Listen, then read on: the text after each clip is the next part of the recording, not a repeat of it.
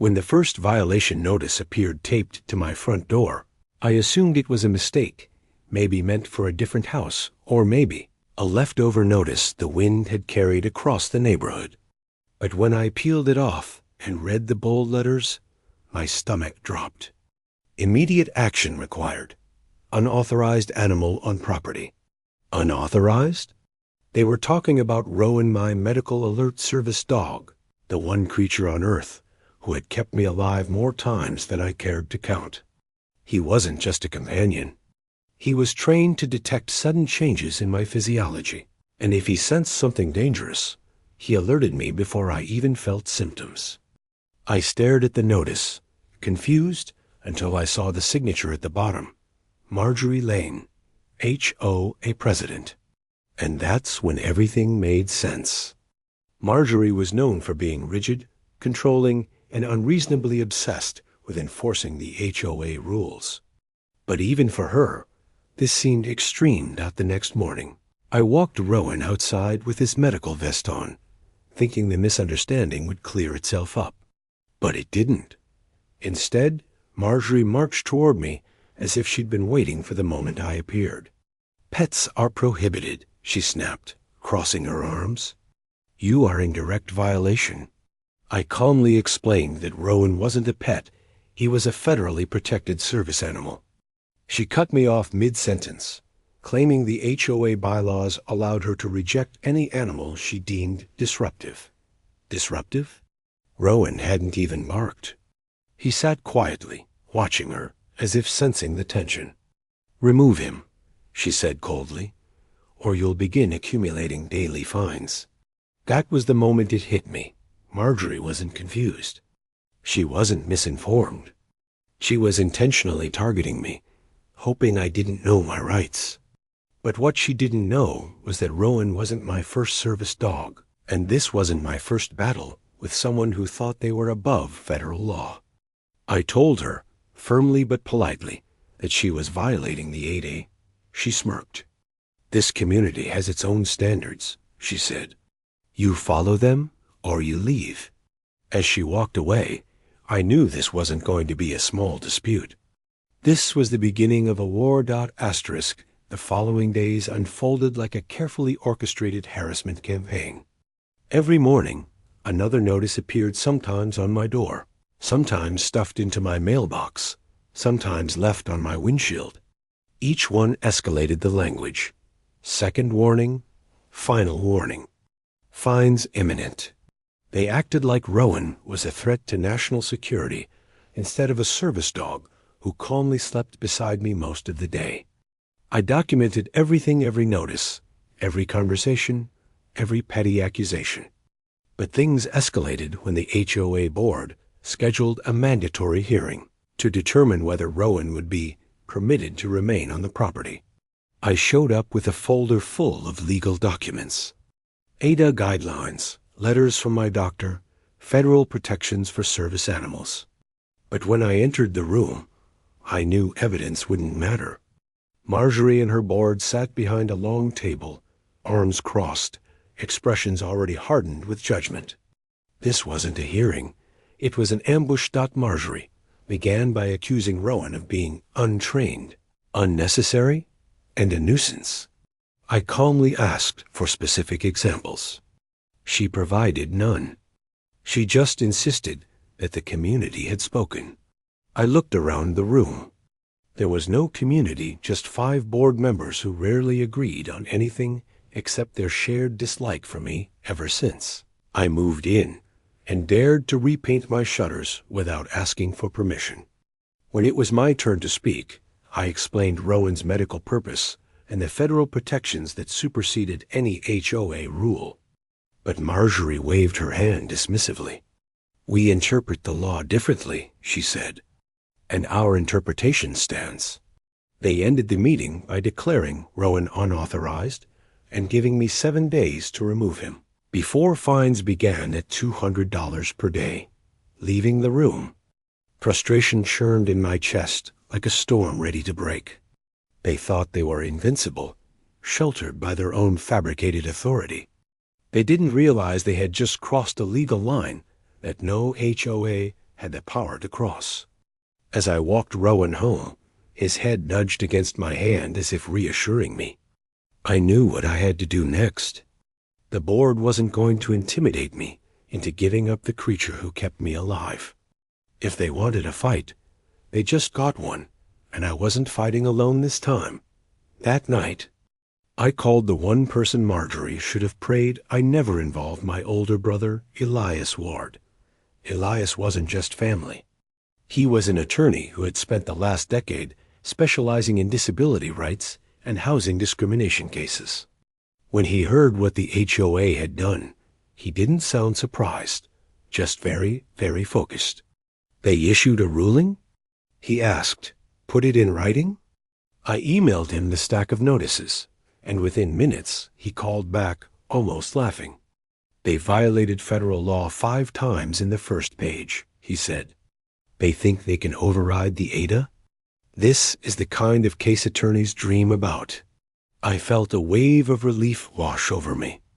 Elias explained that service animals are protected under both federal and state law, and no HOA, not even a city, could ban a trained service dog. They think you're ignorant of your rights, he said. That was their first mistake. The next morning, Elias drafted a formal notice addressed to the board. It was elegantly phrased, but carried the force of a legal hammer. Cease all harassment immediately. Retract all violation notices. Rescind all fines. And acknowledge Rowan as a protected service animal or face litigation for discrimination under the ADA, FHA, and state civil rights codes. I delivered the notice in person. The board members looked stunned, but Marjorie tried to hold her composure. We don't appreciate being threatened, she said.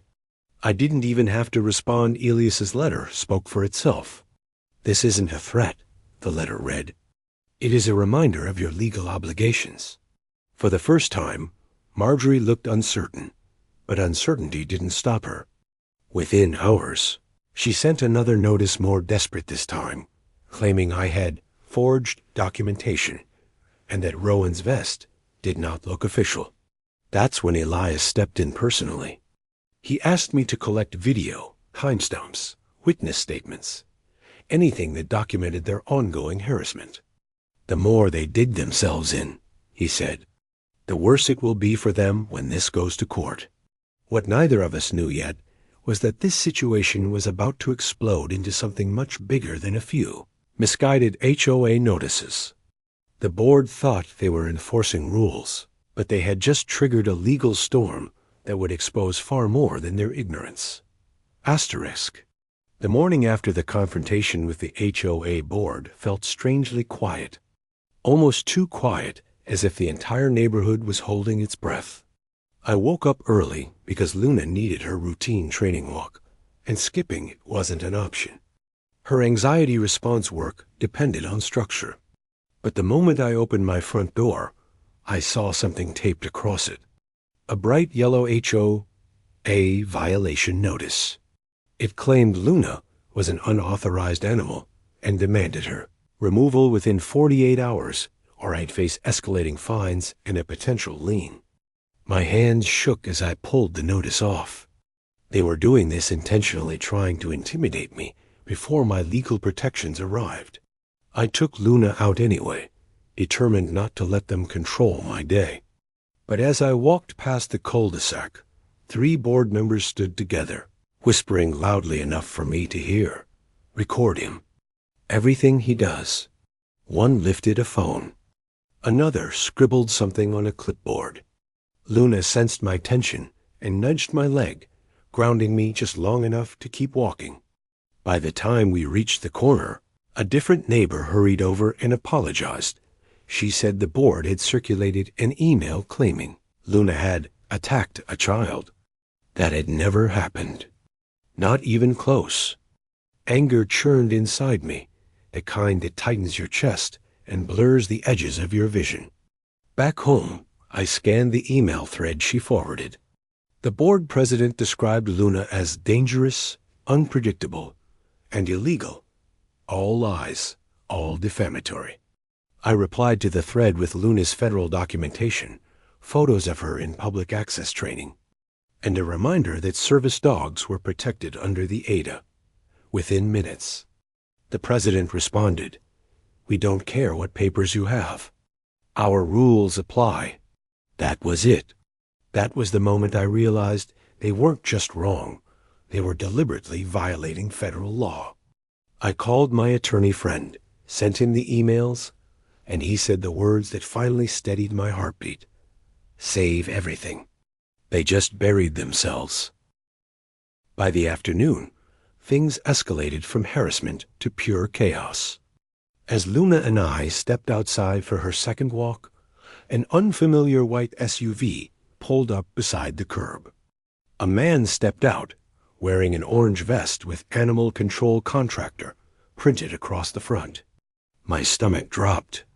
"I'm here for the dangerous dog reported by your HOA," he said, already reaching for a catch pole in the back of his vehicle. I stood frozen, shocked at how far the board was willing to go. "She's a registered service dog," I said, pulling out Luna's vest and ID card. "You have no legal grounds to seize her." The man's expression shifted from authority to confusion. "They filed an emergency aggressive dog complaint," he muttered while checking his tablet. "But none of this matches what they told me." Before he could finish, the HOA president marched down the sidewalk, waving her hands. "Take that animal. It bit a child. There are witnesses." She pointed at Luna, who was literally sitting calmly beside me, tail wagging. The contractor frowned. "Ma'am, where's the medical report? Hospital record? Bite photo?" She sputtered nonsense, unable to produce a single shred of proof. Then she snapped, "You don't need proof. I'm the president. I recorded everything." The man eventually backed off, refusing to seize Luna without cause. After he left, the president leaned toward me and hissed, "We'll get your mutt one way or another." That was the moment fear turned into strategy. I emailed my attorney the footage, every threatening message, every fabricated accusation. He replied instantly, "This is no longer an HOA dispute. This is harassment, discrimination, and endangerment." The wheels of legal action were officially turning. The next 24 hours were a war zone of pettiness and escalating hostility. The HOA sent me 6 violation notices. In a single day, one for unapproved animal, one for public endangerment, one for failure to comply, and even one for disrespectful communication toward board authority. They were inventing rules as they went. My phone buzzed nonstop with neighbors forwarding more inflammatory emails from the board, each exaggerating Luna's existence into some community-wide threat. But the breaking point came that evening when the board members stood outside my window with flashlights, recording Luna through the glass while loudly narrating fake, aggressive behavior. Luna wasn't even barking, she was asleep. I filmed everything from inside, documenting every second of their harassment. Then it happened, something that made my blood run cold. At 11:42 p.m., the board sent an official HOA notice stating they had scheduled a mandatory removal proceeding for Luna the next morning at 9 a.m. with or without my cooperation. That was an illegal threat, one that crossed every boundary. Shaking, I forwarded everything to my attorney. 10 minutes later, he called me with a confidence I desperately needed. "I'm filing for an emergency injunction right now. They won't touch her." I barely slept. I sat beside Luna the entire night, terrified they'd try something even more extreme. And then, at exactly 8:14 a.m., my phone pinged with a new email the emergency court order granting temporary protection and prohibiting the HOA from taking any action against Luna. I printed 3 copies, taped one to my door, and waited for the board to show up. And they did. At exactly 9:02 a.m. The HOA removal team arrived 3 board members, a clipboard, a handheld camcorder from the early 2000s, and a smug sense of authority that evaporated the moment they saw the court order taped across my front door. The president froze mid-stride, her jaw clenching so tight I could hear her teeth grind. "What is this?" she demanded, ripping the paper off the door as if destroying it would change the law. I stepped outside with Luna on her harness, holding up the second copy of the injunction. "A legally binding emergency order," I said calmly. "Signed by a judge. Effective immediately. You're prohibited from taking any action against my service dog." The treasurer squinted at the document, mouthing the words as if reading was a foreign skill. The secretary whispered, "We can't override a court order." But the president snapped at her, "Quiet."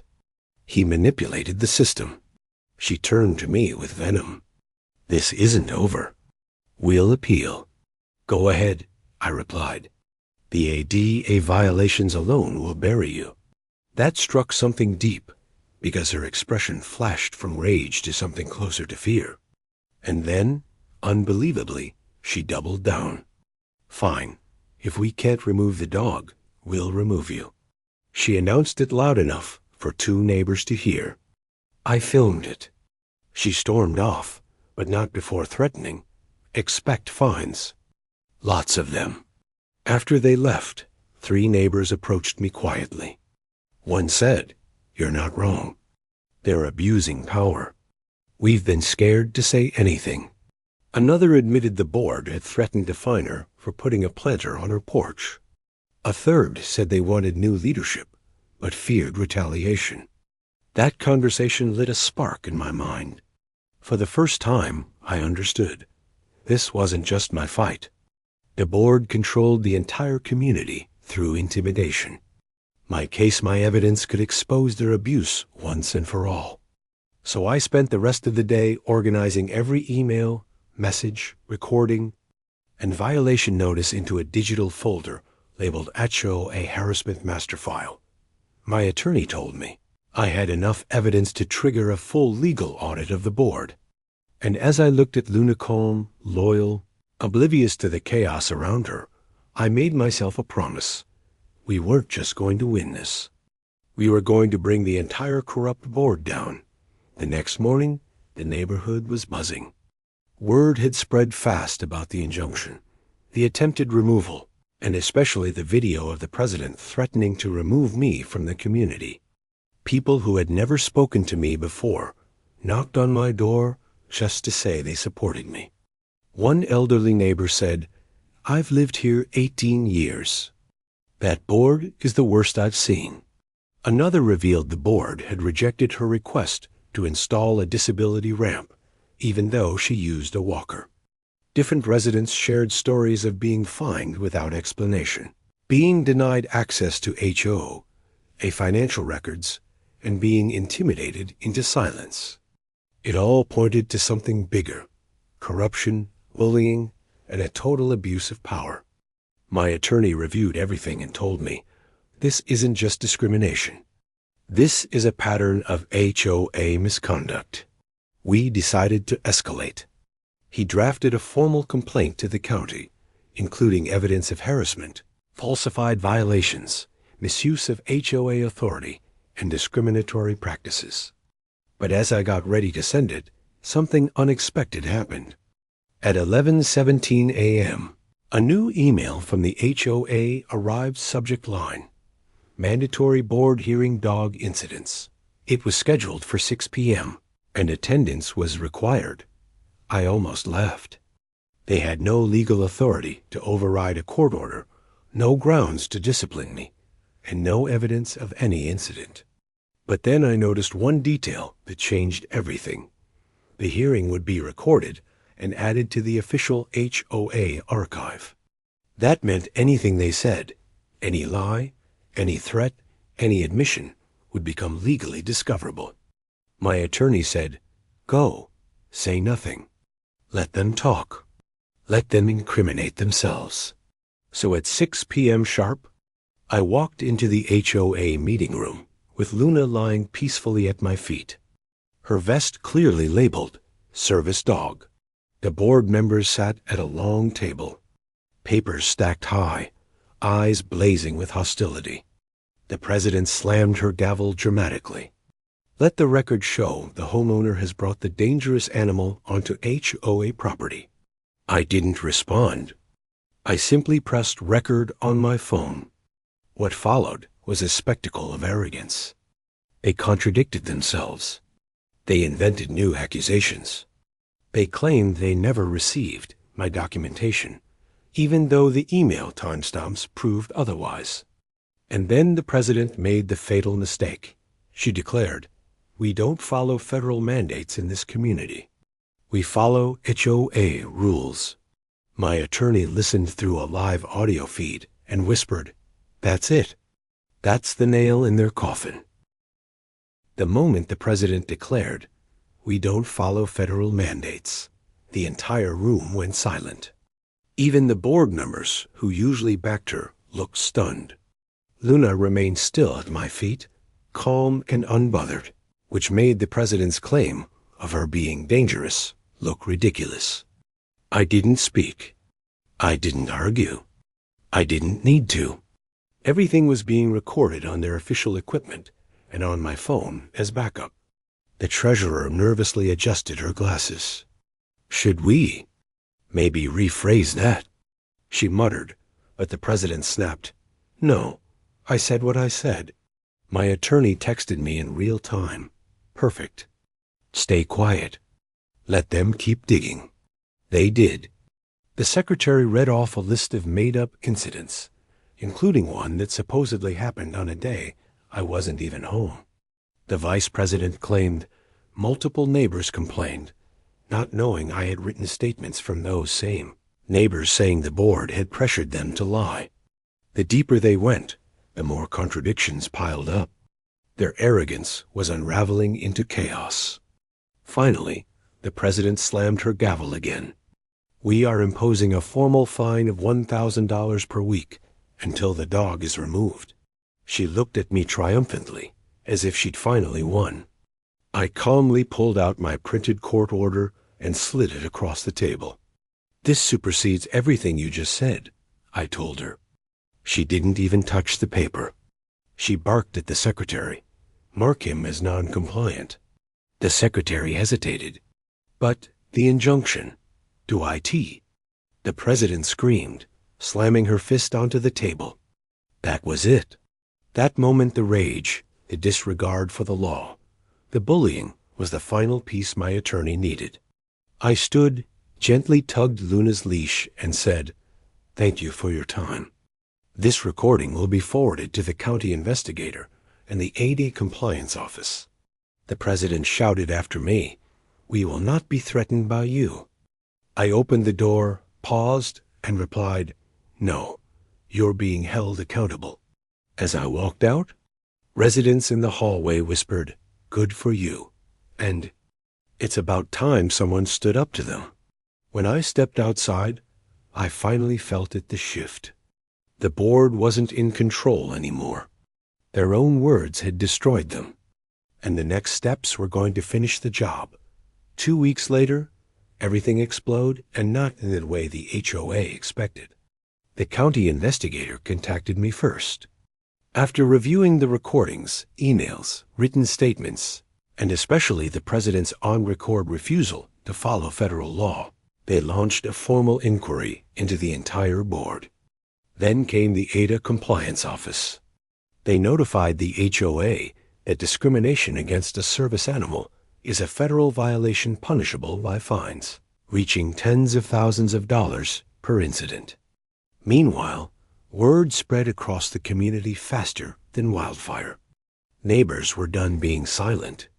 They formed a petition demanding the immediate removal of the president and vice president. Within 4 days, more than 60% of the homeowners had signed well over the threshold required for a forced election. When the board tried to invalidate the petition, the county investigator stepped in and ordered them to comply. That's when the inevitable happened. The board was suspended pending investigation. For the first time in years, the community felt relief. People were openly celebrating. One neighbor baked cookies and delivered them to residents with a note. The rain is over. But the biggest moment came when the president herself received an official notice stating she was personally liable for HOA violations and could face both fines and civil damages. She attempted to play the victim, claiming she didn't know the law. Unfortunately for her, the recording proved she knowingly ignored it. On the day of the emergency election, dozens of neighbors came out with chairs, drinks, and even small American flags. Luna became something of a local icon. Kids wanted to pet her, adults wanted pictures with her, and people jokingly suggested making her HOA president. I didn't run for the board. I didn't want power, I just wanted peace. But I did watch as a new, transparent, respectful board was elected. After the results were announced, a neighbor approached me and said, "You didn't just protect your dog. You saved this community." Standing there with Luna at my side, I finally felt the weight lift off my shoulders. We won, not through yelling, not through fear, but through truth, patience, and the law. And as Luna nudged my hand, tail wagging softly, I realized the simplest truth of all.